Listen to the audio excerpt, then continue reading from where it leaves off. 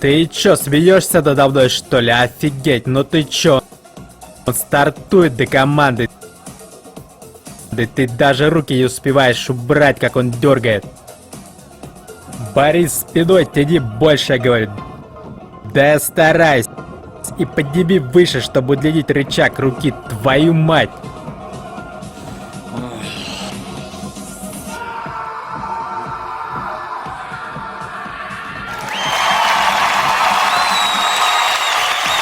Да у него нет шансов, зуб даю. Да на замену выйдешь? Ты серьезно? Да, давай я за него. Пусть он лучше посидит, посмотрит.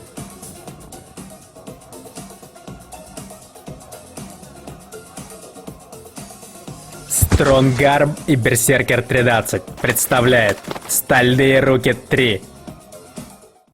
Спонсор выпуска — компания Сила Руков. Продукция, которой уже давно пользуются именитые спортсмены. Огромный ассортимент товара. Резиновые петли, тренажеры для рук и предплечий, расширители грифа, большой выбор эспандеров и, конечно же, ручки для армрестлинга под любые задачи.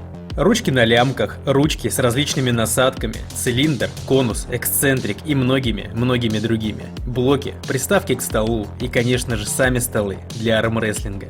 Продукцию компании Сила Руков можно заказать на сайте silarukov.rf. Есть доставка по России.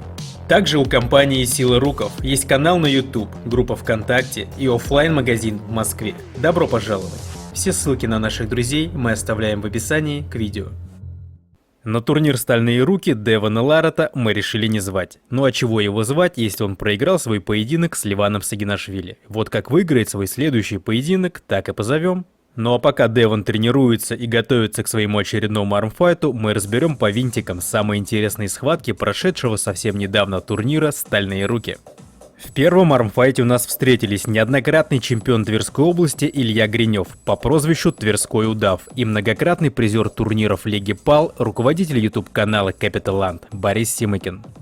Итак, первый раунд. Спортсмены никогда не боролись друг с другом, и каждый из них на выставлении пытается нащупать сильные и слабые места своего соперника. Выставиться без судейского захвата не удается. Судейский захват. Судья дает старт, разрыв. Спортсменов связывают.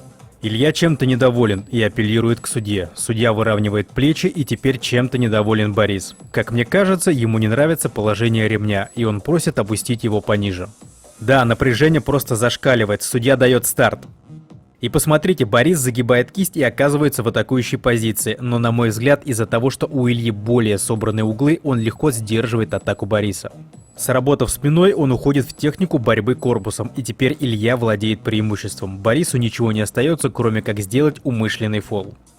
Но на мой взгляд, ошибка Бориса в том, что он не подтягивает локоть корпуса, у него там большой зазор. Если бы он сработал спиной, закрыв вот этот угол между локтем и корпусом, борьба бы пошла, на мой взгляд, по-другому. Снова судейский захват, и в этот раз Илья берется ниже. Старт. Борис пытается выбить верхом пальцы Ильи, но вот эти открытые углы Бориса не дают ему это реализовать. Пронации тоже, конечно, не хватает. И вместо того, чтобы подтянуться к своей руке и закрепиться, Борис сам себя растягивает, и голова опущена вниз. Это ошибка. Я говорил об этом моменте в моих обучающих роликах более подробно. Голова, опущенная вниз, смещает центр тяжести в сторону соперника. Я не вижу по борьбе, что Борис слабее Ильи, но вот эти ошибки в технике приводят его к поражению. Итак, второй раунд. Забыл сказать, что спортсмены борются 5 раундов. Опять судейский захват, разрыв, дальше борьба продолжится в завязках. Вот Борис прям хорошо загибает кисть, но не переходит в атаку в крюк. Это просто защитная позиция, он просто держит. И держит, в принципе, неплохо, но держать бесконечно невозможно, тем более при таких открытых углах. Илья атакует в крюк и счет 2-0. Третий раунд. Тут уже нет судейского захвата. Борис от Ильи ожидает борьбы в крюк, но Илья, на удивление, стартует верхом. И счет 3-0. Четвертый раунд. Вот тут мне очень понравилось, как борется Борис. Смотрите, он не растягивается, а собирает углы и двигается корпусом ближе к своей руке. Кисти, конечно, тут чуть-чуть не хватает, но в целом очень хорошо. Но, видимо, в 3 предыдущих раундах Борис отдал слишком много сил, которых ему не хватило в этом раунде. И счет 4-0. Но в пятом раунде Илья, видимо, расслабился, и Борис, поймав его пальцы, размочил счет. Итог поединка 4-1. Друзья, как вы думаете, интересно было бы провести реванш между этими спортсменами? Напишите в комментариях. Следующий поединок стал просто украшением турнира. На сцену вышел действующий чемпион первенства России Артем Игнатов, представляющий город Тверь. О нем мы уже рассказывали в предыдущих наших выпусках. Кто не смотрел, обязательно посмотрите. Ссылочка будет наверху в подсказках. А против него будет бороться наш вышневолодский талант Александр Сейфетдинов. И когда Артем выиграл со старта первый раунд, я подумал, что интриги в этом матче не будет. Но я очень сильно ошибался. Александр выходит на судейский захват и со старта верхом выбивает пальцы Артема, и счет становится 1-1. Третий раунд, разрыв, связка, и Артем снова выигрывает старт, и ребята зацепились. Зрители были просто в восторге от красоты и накала схватки.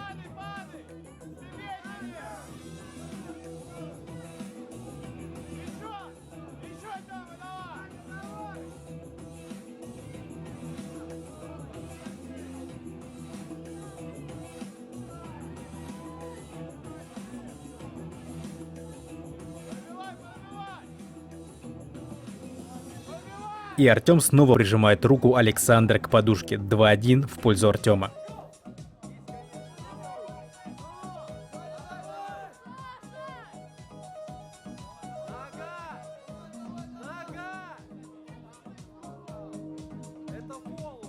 А счет матча тем временем становится 2-2. В пятом заключительном раунде Александр все-таки забирает победу. Поединок достойный прям голливудского фильма. Здесь реванш, я думаю, должен быть 100%.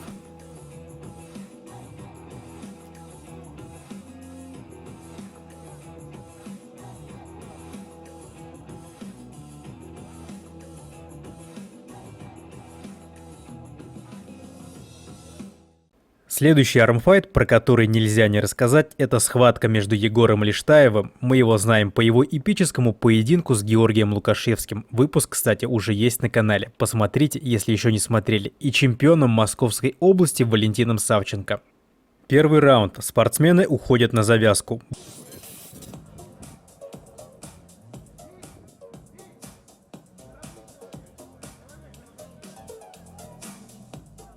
Валентин атакует, и Егор намеренно фалит.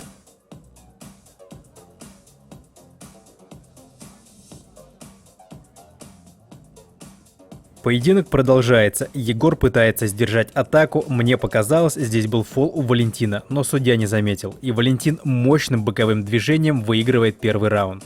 Вот это да, а фаворитом-то считался Егор. Перед турниром Валентин мне сказал, что Егор выше его уровнем, и он просто постарается дать бой.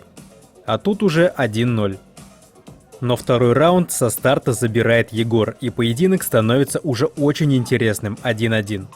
Третий раунд.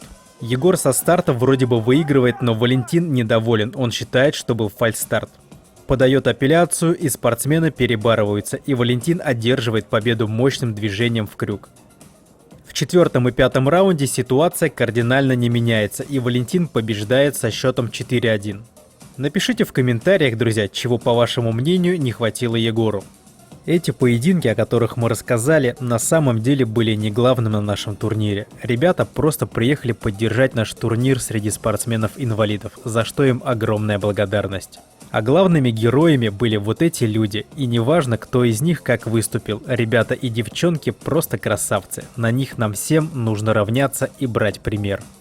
Ведь многие из нас иногда говорят: у меня проблемы, у меня депрессия. Посмотрите на этих сильных людей, когда будете думать, что у вас проблемы. Ваши проблемы по сравнению с их трудностями – это ерунда. Мы регулярно проводим турниры среди спортсменов-инвалидов. И с вашей помощью, мои дорогие зрители, мы оплачиваем ребятам дорогу, обеспечиваем питанием, проживанием и достойными наградами. За что вам низкий поклон. И мы будем это делать несмотря ни на что. И уже через 2 месяца мы планируем провести еще один турнир для этих ребят, где будут и новые лица, и наши старые друзья.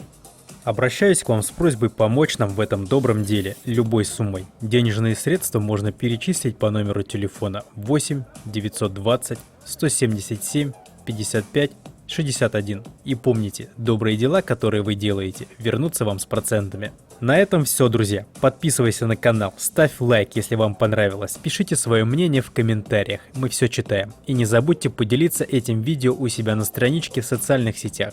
Это важно для нас и алгоритмов YouTube. Для вас работал чемпион мира по пара-армрестлингу Зинятуллин Руслан. Текст читал Берсеркер 13.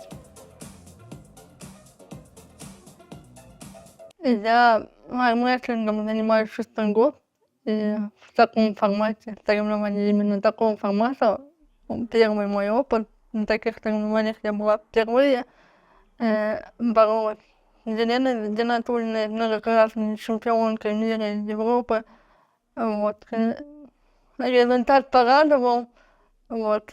Трудилась не зря, и думаю, что это не последний раз. Очень надеюсь, что я побываю еще много-много раз на таких соревнованиях. Было очень круто. Была приятно, даже удивлена в каком-то мере от себя, от организации. Спасибо Руслану, что он такие мероприятия проводит. Потому что нам нужен опыт, а опыт можно приобретать только в борьбе. Всех приветствую. Сегодня были соревнования в Тверской области, город Вышний Волочок. Соревнования были посвящены Дню Победы. Назывались соревнования «Стальные руки». Соответственно, что касающееся соревнований, мне очень понравилась организация соревнований. Большое спасибо